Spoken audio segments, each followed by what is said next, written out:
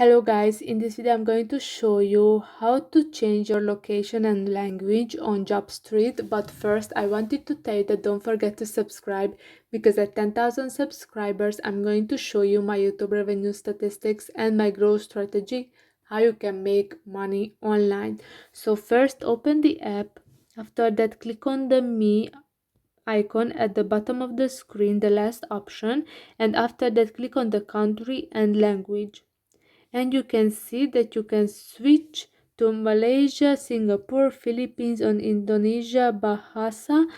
So if you have moved to another location and you want to find a job somewhere else, then you can switch to these country and language options and then find the relevant job for you in that area.